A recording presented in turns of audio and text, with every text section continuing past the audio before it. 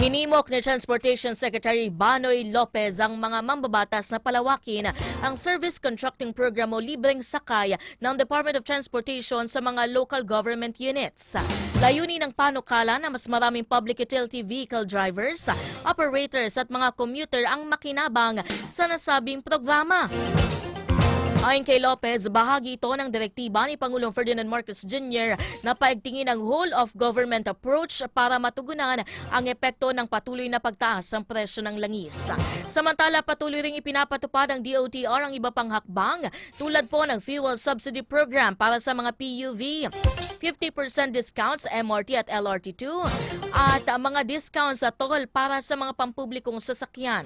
Binanggit din ang kalihim na binawasan na ng Civil Aviation Authority of the Philippines o CAAP ang passenger service charge at navigation fees sa mga paliparan. Habang ipinatupad naman ng Philippine Ports Authority o PPA ang piso fees para sa mga RoRo vehicles na naghahatid ng mga produktong pang-agrikultura.